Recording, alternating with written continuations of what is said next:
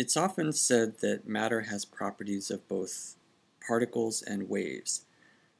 So let's talk about what that means. First of all, we'll start with a picture of what's called a standing wave. And I'll just run this little animation here. Okay, the idea here is you've got the blue wave going to the left and a kind of violet wave going to the right. And when you add those two together, you get this gold function. And you see that at any given point, the value just oscillates up and down. Okay, so a standing wave can be thought of as a superposition of two traveling waves, waves traveling in opposite directions. And the standing wave oscillates at every point but doesn't seem to move anywhere. Okay, now let's suppose we have a wave packet that extends, say, from this point to this point. If we then reduce the size of the packet, like so, notice that the slope of these lines is increased. They get steeper. And if this is the spatial extent of the wave, then the slope here represents the spatial gradient. And that's associated with the wave's momentum. So steeper gradients means the wave has a higher momentum. And so what that means is if you decrease your spatial extent of the wave, you're going to increase the spread of your momenta. Okay, you've got some places here you've got zero slope. Some places you have a large slope. And so the spread gets larger the more you shrink the wave down. Okay, and that's called the uncertainty principle. And it's a general property of wave packets. You could also think of this as being the time duration of the wave at a given point. And again, if you make the wave last a shorter time at a given point, that means you have a higher time derivative or a higher range of frequencies. Okay, and that's associated with energy. So if you limit the time duration of the wave packet, then you increase the spread of energies associated with the wave. Okay, now let's take a model of a standing wave in 3 dimensions. We've got a nice picture here of a surface in the wave oscillating in 3 dimensions. So you can see at any given time there's some perturbation of the wave. Again, the wave isn't really traveling, it's just every point is oscillating, so that's a standing wave. But what we can do is we can take this wave in 3 dimensions and let's look at like a sort of a circular cross-section around here, like sort of cutting a cylinder through it and then looking end on. If we look at a particular circle, we would see something like this, and then the wave is oscillating back and forth like that. Okay, so we're just looking at one slice of this, like a circular slice through this 3-dimensional object. And remember, a standing wave can be thought of as a superposition of 2 traveling waves. In this case, the sort of yellowish wave going counterclockwise, and the violet wave going clockwise, and then the green wave is the standing wave. It's a superposition of the 2. So what we're going to do is just take one of these circular traveling waves and try to visualize that. Okay, here we have a single wave propagating in a circle, and you might still regard that as a type of standing wave since the wave energy remains localized. And this has some interesting properties. Louis de Broglie pointed out in 1924 that in order for a wave to be propagating in a circle like that, you would have to have the circumference be equal to an integer number of wavelengths so that the wave comes back on itself after it goes all the way around the circle one time.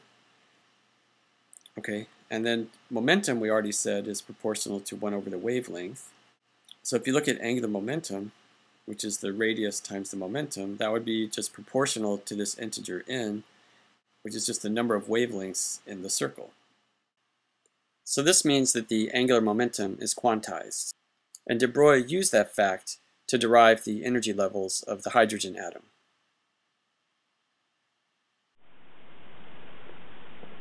Okay, let's visualize this wave for a moment.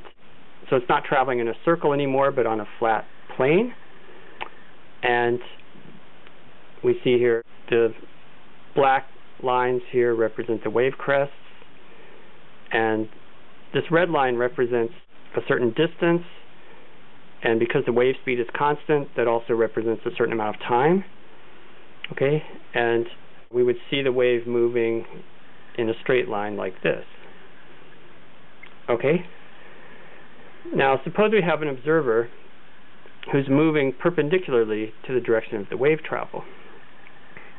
Okay, what he would see as he moves this way is his path would cut diagonally across the wave crests, but the frequency would still be the same because he's moving this way. He would still cross different crests in the same interval of time. However, if he's made of waves, as he's moving, his clock will be ticking slower, so to him it will appear that the wave frequency is higher than what it appears to a person who's stationary observing the wave. Okay, so to the moving observer, the wave would look like this, and in this case, the velocity, this horizontal motion here, is 0.866 times the speed of light. So the gamma factor of relativity is equal to 2. Notice the red line here is the same length as the other red line, so it represents the same amount of time. Notice that the wave crests have the same spacing perpendicular to the direction of motion. Okay, so these two blue lines are the same length. And so this is what the moving observer appears to see, is a set of waves like this. And notice it does have a higher frequency. The stationary observer would see the wave coming in this direction as well, and he would also see the higher frequency. So this represents a moving wave with a gamma factor of 2. Okay. Oh, and notice that the wave crests cover the same amount of distance here. They're the same length. So the only difference is that we've changed the direction. Okay, so now let's take these waves now and let's roll them back into a circle to make a standing wave or a soliton wave. Okay, so we're going to roll this up. Okay, so here's the wave wrapped into a cylinder now, and that's the little wave packet going in circles.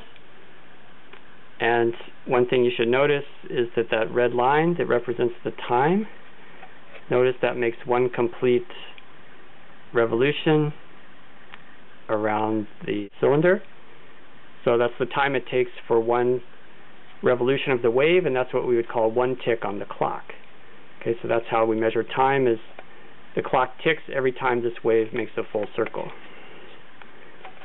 Okay, now the wave that's coming at an angle